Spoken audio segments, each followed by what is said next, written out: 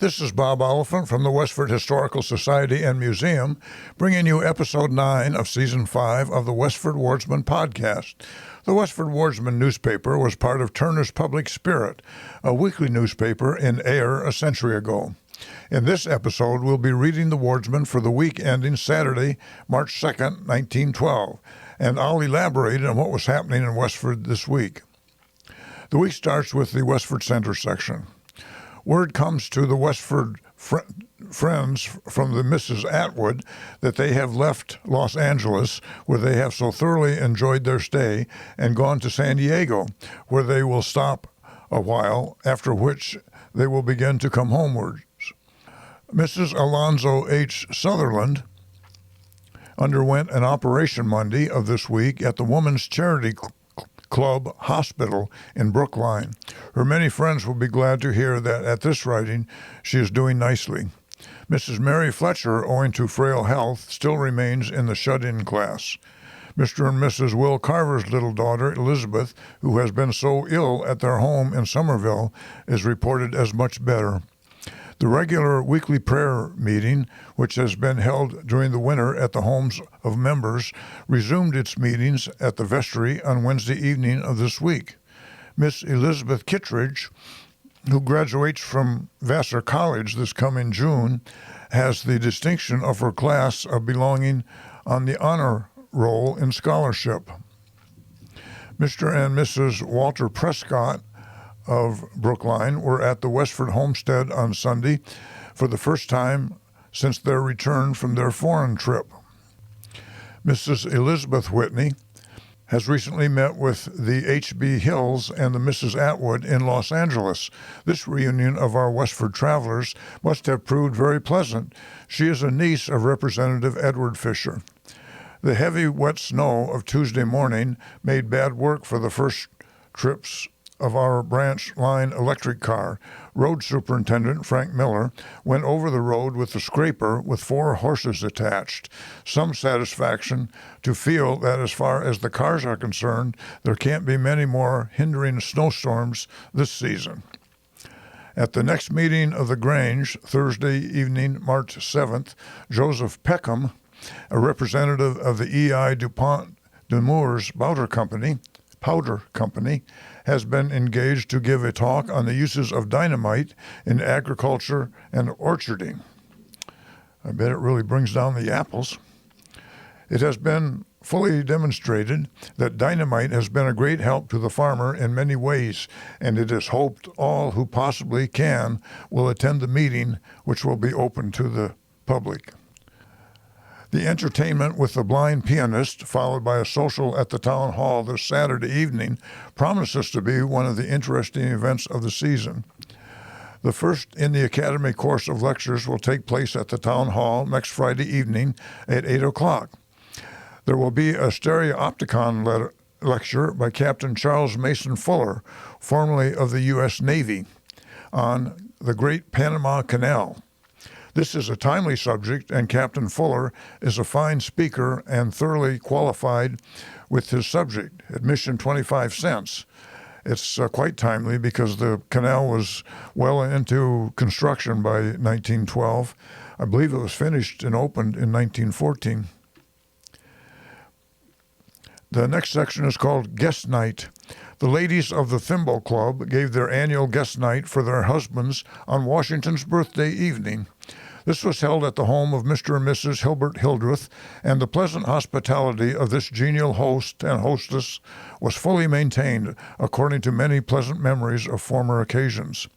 A cooperative dinner was served at 7 o'clock with covers laid for 21.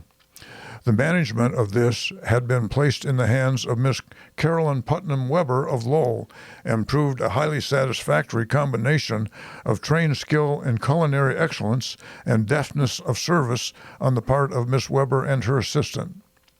The dining room decorations were entirely in keeping with the day.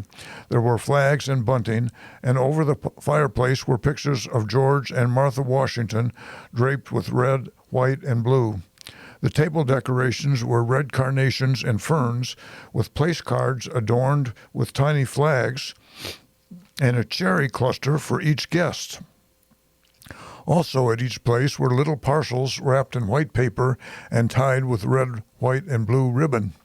These were opened by each person just before the meal was served and were chosen to represent suitably in each case the interests, hobbies, or fads of the person for whom they were intended. They went to quite a bit of trouble for this party, it sounds like. As each one in turn opened their parcel, they were accompanied by the reading of an original poem read by the hostess. These were a complete surprise and were so aptly and tactfully chosen and so cleverly written up that the real fun they caused must have compensated the capable and modest member who planned them and who from this time forth will be the club poetess. After the dinner adjournment was made to the parlors and progressive whist enjoyed. The scorecards and colonial design were most appropriate. A pleasant feature was the reading by the hostess of toasts and greetings from the only absent members, Mr. and Mrs. Good in New York. That's Good with an E at the end. The company broke up at a reasonable hour, feeling that this was the best ever in the annual annals of the club. Next, we have the Tadmuck section, the ladies' club. The regular meeting of the Tadmuck Club was held in Library Hall on Tuesday afternoon, with a good attendance considering the weather and traveling. The Committee on Preliminary Exercises had arranged for readings from Longfellow, which was especially appropriate, the meeting coming on his birthday anniversary.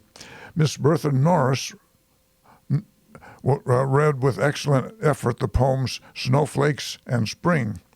The pedestal with bust of the poet, which adorns the room, was ornamented with a spray of flowers.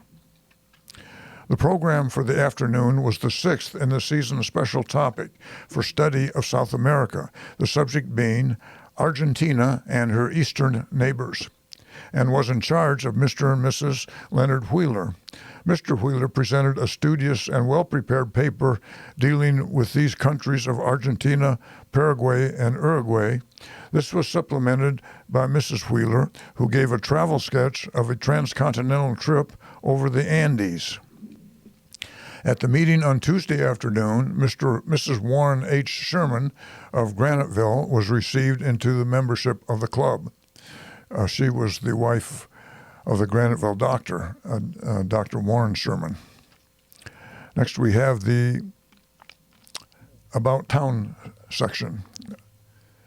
Charles Andrews of Providence was in town last week, mostly in the nature of a business visit, calling at the office of the Abbott Worsted Company at Graniteville and C.G. Sargent Sons Machine Shop. Mr. Andrews formerly lived in town on the Talent Farm on the Stony Brook Road and will be remembered by all the Stony Brook friends and many others. The Board of Registrars will hold a meeting at Healy's Hall, Graniteville, on Monday evening, March 4th, at Fort Village on Wednesday evening, March 6th, at Abbott Hall. The last meeting will be held on Saturday, March 9th from noon until 10 p.m. at the Town Hall, Westford Center. These meetings were obviously to register new voters. The ladies of the Unitarian Church give an entertainment at the Town Hall this Saturday evening. One of the unusual features of the evening will be selections by a blind pianist. Come and encourage the blind to see how you appreciate their efforts. Remember, the blind frequently have a keener vision than eyesight. I think he might have meant hearing than eyesight, and are very liable to tell whether it is a small, inappropriate audience. It would be discourteous to have that condition come to pass. The Honorable Herbert E. Fletcher has been chosen to represent the town before the Legislative Committee on Agriculture in an effort to establish an agricultural school in Middlesex County. As a member of the Governor's Council and 4 years' experience in the legislature, he is well qualified to know the wisest procedure. Aside from this experience, he has the real goods in his personality and the elements and success, which is his endowment by nature, always yield attractive results. He appears to be, by experience and nature, the best ever the town has to move this new agricultural school into place. Oak Hill has something the worth reckoning with. On Sunday, March 3rd, at the Unitarian Church, Reverend Lyman Weeks will speak on the subject, Foreign Immigration and National Prosperity. That sounds like a topic that would be welcome today. The Sunday school, under the supervision of Harold Hildreth, will meet after the morning service. The men's industrial class will meet at the same time in the church parlors. Full order of service in the evening at 5 o'clock, with address by the minister on, quote, some lessons to be learned from the Lawrence strike, end quote. On January 1st, 1912, a new Massachusetts law took effect. I'm going to explain the Lawrence strike here. On January 1st, 1912, a new Massachusetts law took effect that reduced the maximum work hours per week for women and children from 56 to 54. On January 11th, the textile workers in Lawrence, mostly immigrant women, learned that their weekly pay would be cut to compensate for the lost 2 hours, the difference amounting to the cost of several loaves of bread. The workers immediately went on strike, known as the Bread and Roses Strike, under the leadership of the Industrial Workers of the World, the IWW, also referred to as the Wobblies. Martial law was declared by the governor, and the strike drew national attention, which prompted a settlement on March 12, 1912. The strikers gained nearly everything they wanted, but these gains would be lost over the next few years. Houghton Osgood is painting his house, which adds much to the sunny, thrifty appearance of Chamberlain's Corner. That was in the residential area in the corner of Chamberlain's Road and Main Street.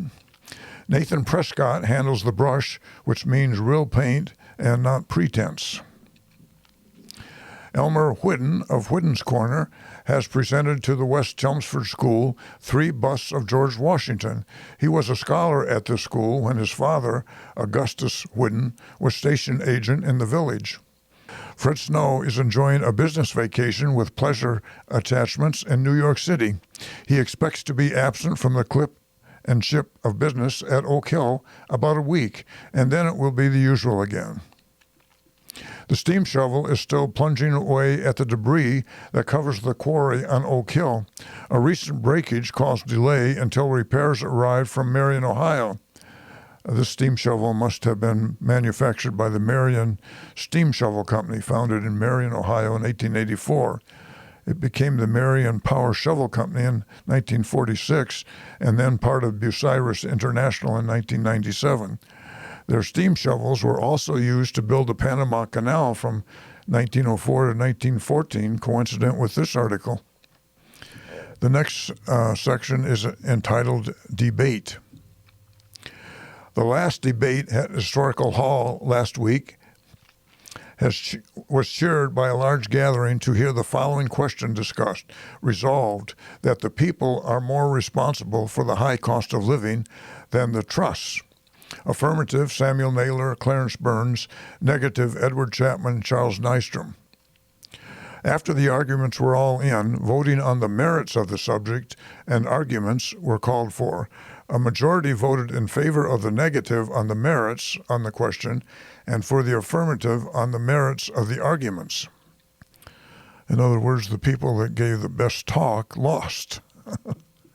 The next debate will be held on Tuesday evening, March 5th, when the following question will be discussed. Resolved that government ownership of transportation lines would be of more benefit to the country than private ownership. Affirmative, William Reuben Taylor. James Peck. Negative, Captain John Monahan and Frank McGlinchey. Next, we have the Graniteville section. Both Masses were celebrated in St. Catherine's Church last Sunday morning by Reverend M. E. Doherty. He also delivered a very strong sermon on temptation. Lenten devotions were held in the same church on Wednesday evening at 7:30 and were largely attended. The services were conducted by Reverend Doherty, who gave an impressive sermon on death. St. Catherine's Church was represented at the reception held in honor of His Eminence Cardinal William O'Connell at St. Patrick's Church, Lowell, on last Sunday afternoon by the following men representing the different societies: Holy Name Society, John Kavanaugh; J.A. Healy, James O'Brien, A.R. Wall; Court Westford MCOF, C.E. Dudevore; St. Catherine's Temperance Society, Thomas Hughes. William Robinson, one of the roadmen with the C.G. Sargent Sons Corporation, who injured his hand while doing some setting up while in Canada recently, losing one of his fingers at the time, is now getting along well, but will not be able to use his hand for several weeks.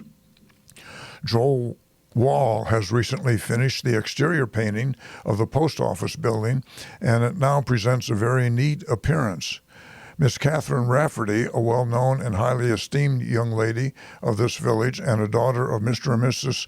Thomas Rafferty, was united in marriage to Robert McNabb, a former resident of Fitchburg, at the parochial residence of St. Mary's Catholic Church in Norfolk, Virginia, Sunday, February 18th.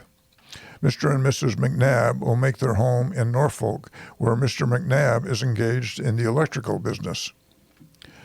Business continues to be good here, both in the mills and shops, and as soon as better weather conditions prevail, the different quarries will start up, as it is understood that the numerous granite dealers here have large standing orders to fill.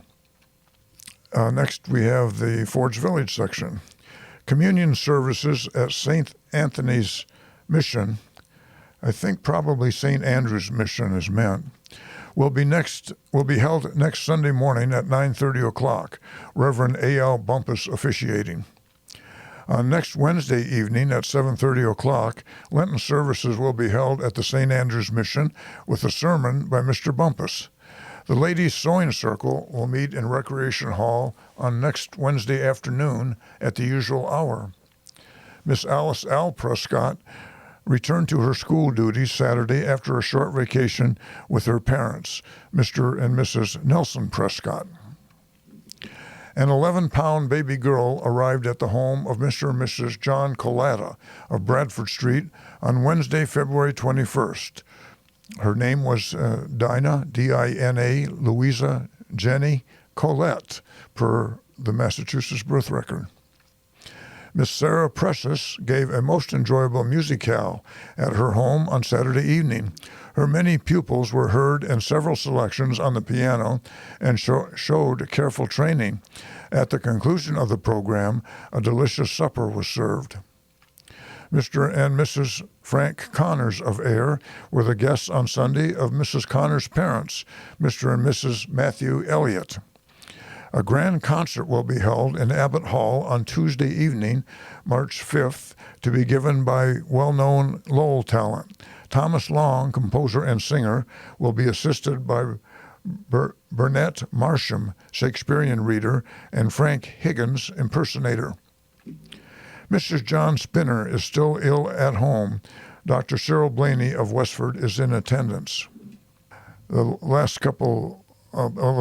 next paragraph is called Well Given. On Tuesday evening in Abbott Hall in Forge Village, the Catholic Club of North Chelmsford presented their second performance of the District School No. 7, which they previously put on in the Town Hall, North Chelmsford. The hall was filled to its utmost capacity, and even standing room was hard to find.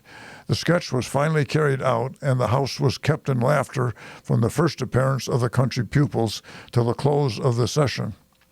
The players deserve great credit for the success of the affair, as also does Reverend M.E. Doherty, who was founder of the club and also its manager. At the conclusion of the entertainment, the hall was cleared and dancing was enjoyed, the precious orchestra furnishing the music. A large sum was netted to be used for church expenses. That's in the news in Westford for the week ending March 2nd, 1912. Thank you for listening, and thanks to Ryan Cousins of WestfordCAT for providing technical support. You can find transcriptions and podcasts from the Wardsman at our website at museum.westford.org or visit the Historical Society's Facebook page for more Westford news from days gone by. This is Bob Oliphant, and I hope you will join us for next week's Westford Wardsman podcast. Thank you.